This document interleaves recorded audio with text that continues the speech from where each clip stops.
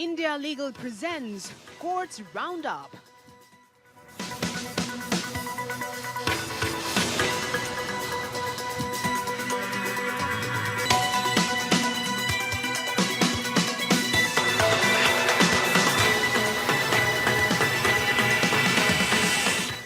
Doctor ortho Ayurvedic oil and capsule, अब दर्द भी घुटने टेकेगा। एआई जेनेट नकली फैसलों को सुप्रीम कोर्ट ने बताया गंभीर, पक्षकारों को सावधान रहने की सलाह दी। पक्षकारों को एआई जेनेट सामग्री की जांच करनी होगी। कर्नाटक हाईकोर्ट ने एमयूटीए मामले में किया नोटिस जारी, सिद्धार्थ मैया और अन्य आरोपियों से जवाब मांगा। इलाहाबाद हाईकोर्ट ने भरण पोषण मामले में अपनाया सख्त रुख, पिता और बेटी का डीएनए टेस्ट किया, अनिवार्य फैमिली कोर्ट का आदेश रद्द किया। अवैध रूप से लोगों को विदेश भेजने के मामले में पंजाब और हरियाणा हाईकोर्ट ने जमानत देने से किया इनकार। डंकी रूट मानव तस्करी को बताया गंभीर अंतर्राष्ट्रीय।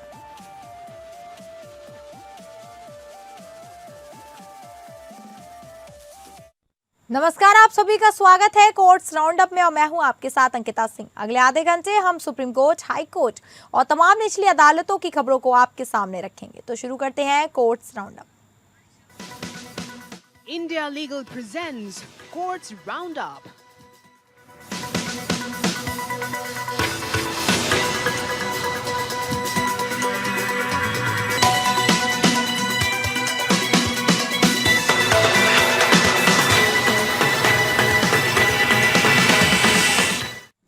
सुप्रीम कोर्ट ने हाल ही में कहा है कि एआई जेनेट नकली फैसलों का उल्लेख करना एक मेनस है जो न केवल भारत में बल्कि पूरे विश्व में फैल रहा है। न्यायालय ने पक्षकारों को सावधान रहने की सलाह दी है। जस्टिस राजेश बिंदल और जस्टिस विजय बिश्नोई की बेंच ने एक विशेष अनुमति याचिका में यह टिप्पणी की, जिसमें कंपनी के निदेशक ने बॉम्बे हाईकोर्ट के एक फैसले के बाद एआई जेनेट नकली फैसले का उल्लेख करने पर आपत्ति जताई थी। मामला महाराष्ट्र किराया नियंत्रण अधिनियम से संबंधित है। बॉम्बे हाईकोर्ट ने अपने एक आदेश में कहा था कि प्रतिवादी के वकील ने एआई टूल का उपयोग करके नकली फैसले का उल्लेख किया था, जिसका कोई उद्धरण नहीं था। हाईकोर्ट ने कहा कि यह एक गंभीर समस्या है और इसे रोकने की जरूरत है।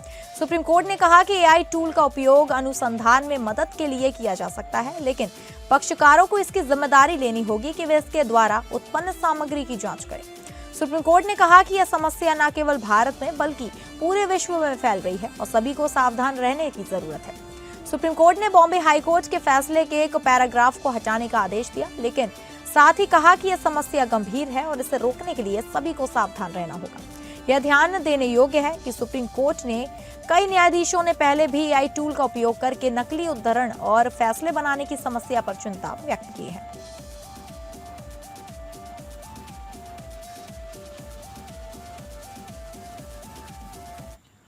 तमिल फिल्म के अथी के निर्माता ड्रीम वॉरियर पिक्चर्स ने बॉम्बे हाईकोर्ट में भोला के निर्माताओं पर कॉपीराइट और रीमेक अधिकारों का उल्लंघन करने का आरोप लगाया। ड्रीम वॉरियर का दावा है कि उन्हें रीमेक अधिकार समझौते के तहत भुगतान नहीं किया गया था, जिसके कारण तमिल फिल्म के कॉपीराइट और रीमेक अधिकार उनके पास वापस आ गए। ड्रीम वॉरियर पिक्चर्स ने आरोप लगाया कि उन्होंने फरवरी 2020 में रिलायंस समूह की एक इकाई के साथ सहयोग किया था और 29 मार्च 2023 को एक remake rights assignment agreement sign किया था। इस समझौते के तहत उन्हें एक निश्चित असाइनमेंट फीस मिलनी थी, लेकिन केवल 1 करोड़ और जीएसटी का भुगतान अप्रैल 2022 में किया गया था। ड्रीम वॉरियर का दावा है कि उन्हें फिल्म के शोषण से जुड़े परिवर्तनीय भुगतान का हक था, लेकिन यह भुगतान नहीं किया गया। भोला 30 मार्च 2023 को रिलीज हुई थी। इसके बाद ड्रीम वॉरियर, रिलायंस और अजय देवगन फिल्म्स एलएलपी ने 1 अप्रैल 2023 को एक त्रिपक्षीय असाइनमेंट एग्रीमेंट साइन किया, जिसमें 100% रीमेक अधिकार तीनों पार्टियों में संयुक्त रूप से वेस्ट किए गए थे, लेकिन शोषण अधिकार रिलायंस के पास ही रहे। ड्रीम वॉरियर का दावा है कि एग्रीमेंट 1 के तहत दूसरी और तीसरी किश्त का भुगतान अप्रैल और मई 2023 में नहीं किया गया था। उन्होंने 2023 और 24 में कई रिमाइंडर ईमेल भेजे, लेकिन कोई जवाब नहीं मिला। इसके बाद उन्होंने अक्टूबर 28, 2024 को 4 करोड़ प्लस ब्याज की मांग करते हुए एक नोटिस जारी किया। ड्रीम वॉरियर का दावा है कि 27 नवंबर 2024 को एग्रीमेंट 1 समाप्त हो गया और भोला के सभी रीमेक और शोषण अधिकार उनके पास वापस आ गए। उन्होंने NCLT मुंबई में एक याचिका दायर की जिसे अगस्त 2025 में खारिज कर दिया गया। अब उन्होंने बॉम्बे हाई कोर्ट में एक वाणिज्यिक IP सूट दायर किया जिसमें रिलायंस और अजय देवगन फिल्म्स की भोला के वितरण, प्रसारण, स्ट्रीमिंग या अन्यथा शोषण से रोकने के लिए एक आदेश की मांग की गई है। क्रिमिनल कॉन्सेप्ट कानून जजों की प्रतिष्ठा की रक्षा नहीं करता। व्यक्तिगत आलोचना से न्यायालय की गरिमा प्रभावित नहीं होती। कानून न्यायालय की प्रतिभागी प्रणाली को बनाए रखता है। पुलिस अधिकारियों के बयान क्रिमिनल कॉन्सेप्ट नहीं है। व्यक्तिगत न्यायाधीशों की आलोचना को दबाया नहीं जा सकता।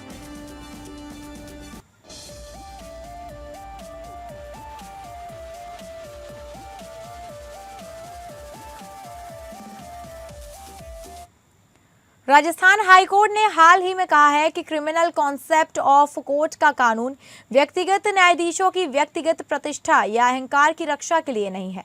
न्यायालय ने कहा कि व्यक्तिगत न्यायाधीशों की आलोचना जो न्याय के प्रशासन में हस्तक्षेप करने की संभावना नहीं है या न्यायालय को बदनाम नहीं करती है, आमतौर पर क्रिमिनल कॉन्सेप्ट नहीं मानी जाएगी। जस्टिस फरजंद अली और जस्टिस योगेंद्र कुमार पुरोहित की डिवीजन बेंच ने कहा, क्रिमिनल कॉन्सेप्ट का कानून व्यक्तिगत न्यायाधीशों की व्यक्तिगत प्रतिष्ठा या अहंकार की रक्षा के लिए नहीं है। व्यक्तिगत आलोचना या आरोप जो न्याय के प्रशासन में हस्तक्षेप करने की संभावना नहीं है या न्यायालय को बदनाम नहीं करते हैं, आमतौर पर क्रिमिनल कॉन्सेप्ट के दायरे में नहीं आते। न्यायालय ने कहा कि कानून का उद्देश्य न्यायालय की गरिमा, अधिकार और प्रभावी कार्यप्रणाली को बनाए रखना, न कि व्यक्तिगत न्यायाधीशों की व्यक्तिगत भावनाओं या प्रतिष्ठा की रक्षा करना।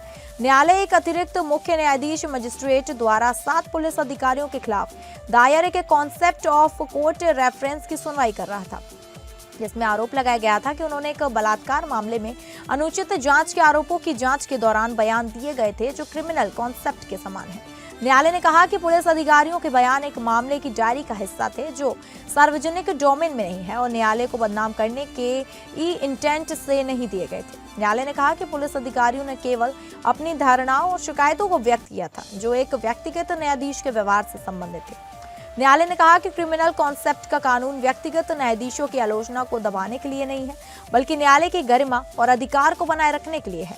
न्यायालय ने कहा कि व्यक्तिगत आलोचना और न्यायालय की आलोचना में अंतर है और क्रिमिनल कॉन्सेप्ट का कानून केवल न्यायालय की गरिमा और अधिकार को प्रभावित करने वाले कार्यों पर लागू होता है। न्यायालय ने रेफरेंस को खारिज करते हुए कहा कि पुलिस अधिकारियों के बयान न्यायालय की गरिमा और अधिकारों को प्रभावित नहीं करते और क्रिमिनल कॉन्सेप्ट नहीं है।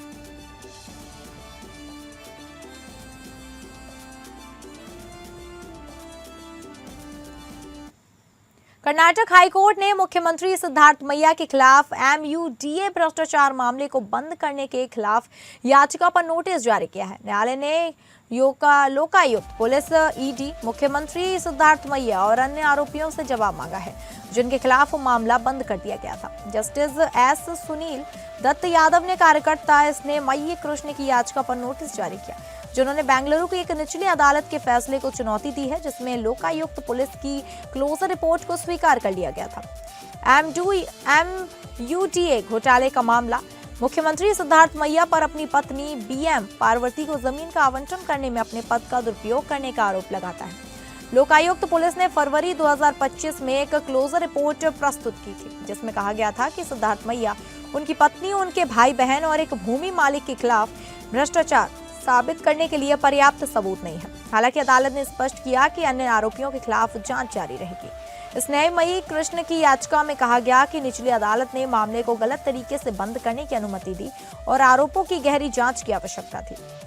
याचिका में यह भी कहा गया कि निचली अदालत ने कुछ आरोपियों के खिलाफ क्लोजर रिपोर्ट स्वीकार की जबकि अन्य के खिलाफ जांच जारी रखने का निर्देश दिया, जो एक मूलभूत विसंगति है। गौरतलब है कि स्नेहमयी कृष्णा की एक अन्य याचिका जिसमें MUDA के मामले की CBI जांच से कराने की मांग की गई, हाईकोर्ट की एक डिवीजन बेंच के समक्ष लंबित है।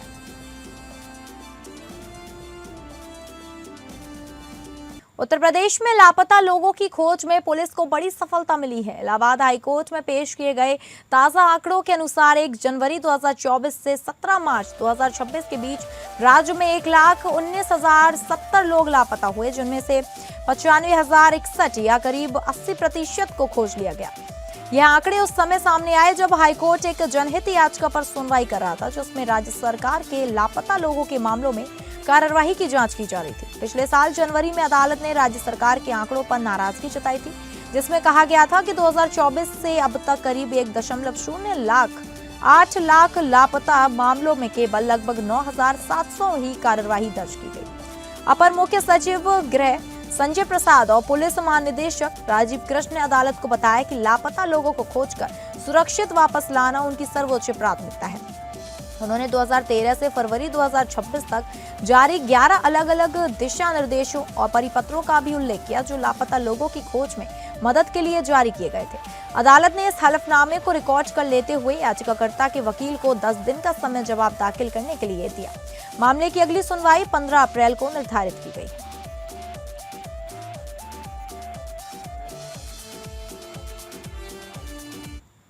इलाहाबाद हाईकोर्ट ने एक महत्वपूर्ण निर्णय में भरण पोषण से जुड़े विवाद में सख्त रुख अपनाते हुए कहा कि किसी भी आदेश से पहले बच्चे के वास्तविक पितृत्व की पुष्टि आवश्यक है। कोर्ट ने इस मामले में फैमिली कोर्ट के उस आदेश को रद्द कर दिया जिसमें एक नाबालिग बच्ची को धारा 125 सीआरपीसी के तहत भरण पोषण देने का निर्देश दिया गया था। यह फैसला जस्टिस मदन पाल सिंह की एकल पीठ ने सुनाया। अदालत ने स्पष्ट किया, ऐसे मामलों में केवल आर्थिक सहायता का प्रश्न ही नहीं बल्कि जैविक सच्चाई भी अत्यंत महत्वपूर्ण होती है। कोर्ट ने कहा कि पिता और बेटी दोनों को अपने संबंध की वास्तविकता जानने का पूरा अधिकार है। यदि पितृत्व स्पष्ट नहीं होगा तो इसका प्रभाव दोनों के जीवन पर लंबे समय तक पड़ेगा और वे सामाजिक रूप से भी प्रभावित हो सकते हैं। यह मामला जवाहिर लाल जायसवाल द्वारा दायर आपराधिक पुनरीक्षण याचिका के माध्यम से हाईकोर्ट के समक्ष आया था। याचिकाकर्ता ने सोनभद्र के फैमिली कोर्ट के मार्च 2025 के आदेश को चुनौती दी थी।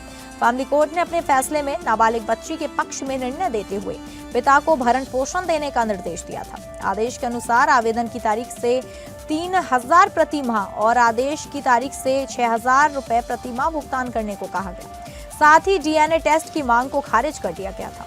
हाईकोर्ट में सुनवाई के दौरान याचिकाकर्ता ने तर्क दिया कि उनकी शादी वर्ष 1994 में हुई थी, लेकिन उनकी पत्नी वर्ष 2000 में घर छोड़कर चली गई और बाद में किसी अन्य व्यक्ति के साथ रहने लगी। उनका दावा था कि वर्ष 2011 में जन्मी बच्ची उनके और उनकी पत्नी के वैवाहिक संबंध से नहीं बल्कि पत्नी के किसी अन्य संबंध से उत्पन्न हुई है, इसलिए उनकी बच्ची से कोई जैविक संबंध नहीं है। वहीं बच्ची की ओर से यह दलील दी गई कि फैमिली कोर्ट का आदेश पूरी तरह सही है, याचिकाकर्ता ही उसका वास्तविक पिता है। मामले की रिपोर्ट की इस रिकॉर्ड की जांच करते हुए हाईकोर्ट ने कई महत्वपूर्ण विसंगतियां पाई। एक और जहां बच्ची की जन्मतिथि 1 जनवरी 2011 बताई गई, वहीं जन्म प्रमाण पत्र में 20 नवंबर 2009 दर्ज था। इसके अलावा एक अन्य मेडिकल रिकॉर्ड में वर्ष 2017 में दूसरे बच्चे के जन्म का उल्लेख था, जिसमें किसी अन्य व्यक्ति को पिता बताया गया। इन तथ्यों ने मामले को और अधिक संदिग्ध बना दिया। अदालत ने यह भी कहा कि यह स्पष्ट नहीं हो पाया कि वर्ष 2000 के बाद महिला कब और कितनी बार अपने पति के साथ रही, गर्भधारण कब हुआ और बच्ची का वास्तविक पिता कौन है। इन परिस्थितियों में कोर्ट ने माना कि पितृत्व को लेकर गंभीर संदेह उत्पन्न होता है। कोर्ट ने यह भी स्पष्ट किया कि सामान्यतः डीएनए टेस्ट का आदेश नहीं दिया जाना चाहिए, जैसा कि सुप्रीम कोर्ट के विभिन्न निर्णयों में कहा गया। हालांकि इस मामले की विशेष परिस्थितियों को देखते हुए सच्चाई जानने के लिए डीएनए टेस्ट आवश्यक है। अंततः हाईकोर्ट ने फैमिली कोर्ट के आदेश को निरस्त करते हुए निर्देश दिया कि पहले पिता और बच्ची का डीएनए टेस्ट करवाया जाए। इसके बाद फैमिली कोर्ट को 3 महीने के भीतर नए सिरे से भरण पोषण के मामले पर निर्णय लेने का निर्देश दिया गया।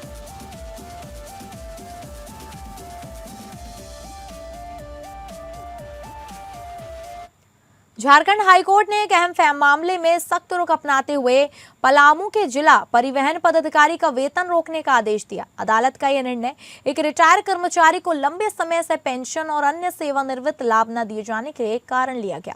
यह मामला जस्टिस आनंद सेन की एकल पीठ के समक्ष अवमानना याचिका के रूप में आया था। याचिका उस आदेश से संबंधित थी जो 23 अक्टूबर 2024 को पारित किया गया। उस आदेश में अदालत ने स्पष्ट निर्देश दिया था कि रिटायर लिपिक को उसकी पेंशन, सभी लंबित रिटायरमेंट लाभ, 6% वार्षिक ब्याज तथा 50,000 रुपए मुकदमा खर्च के रूप में प्रदान किए जाएं। याचिकाकर्ता 31 मार्च 2011 को सेवानिवृत्त हुए थे, लेकिन विभाग ने भुगतान इस आधार पर रोक रखा था कि उनकी सेवा पुस्तिका उपलब्ध नहीं है। इस पर अदालत ने पहले स्पष्ट कर दिया था कि यह कारण स्वीकार नहीं है और संबंधित अधिकारी देरी के लिए जिम्मेदार होंगे। साथ ही अदालत ने यह भी निर्देश दिया था कि देय राशि ब्याज सहित अदा की जाए और खर्च की वसूली दोषी अधिकारियों से की जाए। इसके बावजूद राज्य सरकार की ओर से आदेश का पूर्ण पालन नहीं किया गया। अदालत ने यह भी उल्लेख किया कि कि 21 मार्च 2025 को 4 हफ्ते का अतिरिक्त समय दिया गया। इसके बाद कई सुनवाइयों के मामले को टाला गया, लेकिन अब तक पूरा भुगतान नहीं किया गया। सुनवाई के दौरान राज्य के वकील ने स्वीकार किया कि अदालत के आदेश का पूरी तरह पालन नहीं हुआ और अभी भी बड़ी राशि बकाया है। इस पर अदालत ने कड़ी टिप्पणी करते हुए कहा कि एक रिटायर कर्मचारी को उसके वैधानिक अधिकारों से वंचित रखना गंभीर मामला है, विशेषकर जब तब अदालत बार बार समय दे चुकी है। अंतिम अवसर देते हुए अदालत ने राज्य को 6 हफ्ते का समय और दिया है। हालांकि सख्ती दिखाते हुए अदालत ने निर्देश दिया कि इस अवधि के दौरान पलामू के जिला परिवहन पदाधिकारी का वेतन रोका जाए। साथ ही चेतावनी दी गई कि यदि अगली सुनवाई तक आदेश का पालन नहीं किया गया तो हजारीबाग क्षेत्रीय परिवहन प्राधिकरण के सचिव सह उपायुक्त का वेतन भी रोक दिया जाएगा। अदालत ने अपने आदेश की प्रति राज्य के मुख्य सचिव, महालेखाकार और कोषागार विभाग को तुरंत भेजने का निर्देश दिया। मामले की अगली सुनवाई 6 हफ्ते बाद होगी, जिसमें अनुपालन की स्थिति की समीक्षा की जाएगी।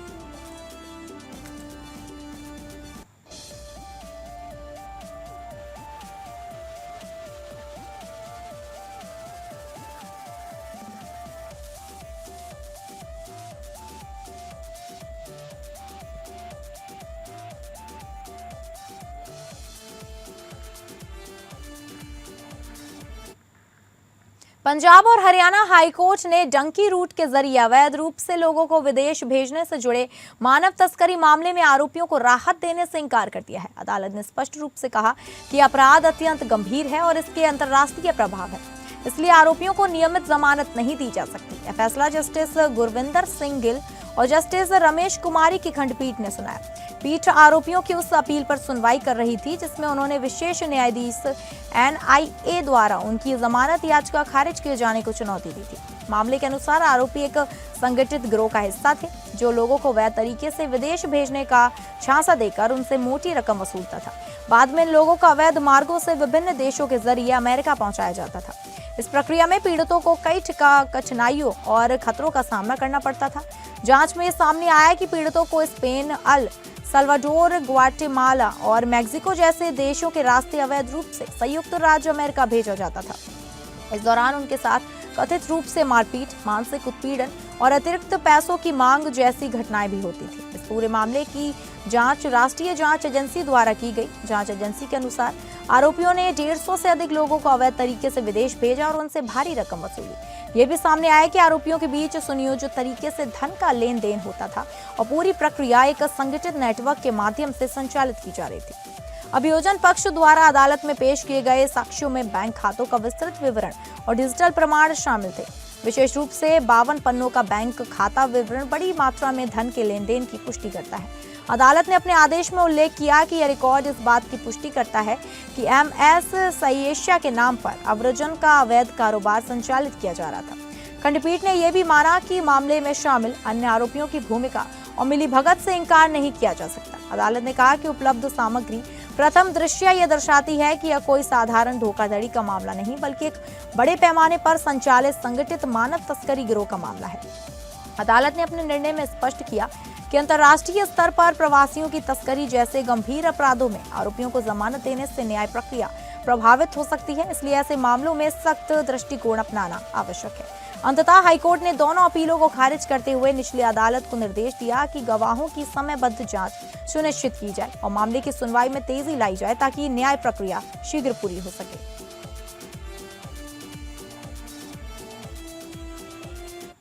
तो फिलहाल कोर्ट्स राउंडअप में बस इतना ही। नमस्कार। India Legal presents Courts Roundup.